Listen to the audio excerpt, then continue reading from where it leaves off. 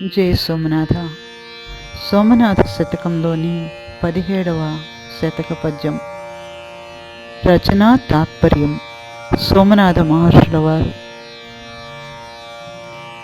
సాధకుండై దైవతత్వమెరుగనివాడు, సాధకుండై దైవతత్వమెరుగనివాడు, శాస్త్రవేత్తై సాధు సారమెరుగనివాడు,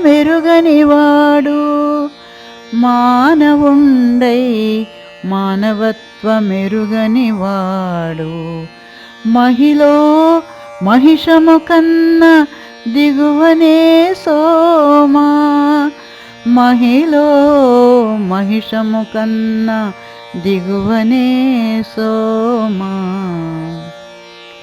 తాత్పర్యం: ఓ సోమ, చాలా వరకు మానవ జన్మలో ఎందరో సాధన ఆచరణ అనగా దైవతత్వము అని ఎరుగక, అది సాక్షాత్ సృష్టికి మూలమైన యోగం అని గ్రహించలేక, కేవలం ఇది మానవులు ఆచరించే పద్ధతి అని అల్పజ్ఞానంతో గ్రహించి లౌకికమైన భంగిమలుగా చిత్రీకరించుకొని యోగం, సాధన, ఆసనములు, ముద్రలు అను పదములు మాత్రం బాగా నేర్చుకొని యోగమును ఆశ్రయించిన వాని విధంగా కనపడుచుంటారు.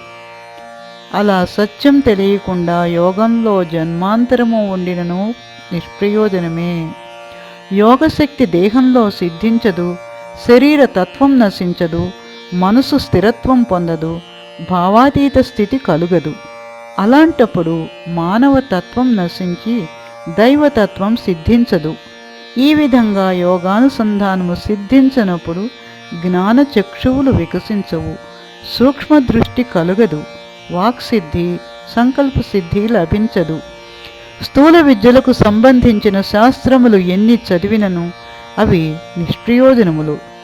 శూన్యస్థితి పొందలేని ఇలాంటి యోగములు ఎన్ని చేసినను ఎంతకాలమైనను యోగం సిద్ధించదు.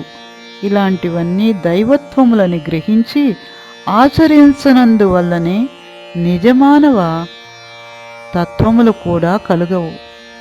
ఇలాంటి వారిని ఎంతటి వారైనను అజ్ఞానులని భావించవలసి ఉండును. కనుక యోగం చేసినంత మాత్రాన ప్రయోజనం కలుగదు, ప్రయోజకులు కాజాలరు. అందుకే మార్గదర్శకుల సన్నిహితంతో సత్యమైన పద్ధతితో యోగం ఆశ్రయించగలవు. అప్పుడే నిజమానవుడు కాగలవు. జై సోమనాథ.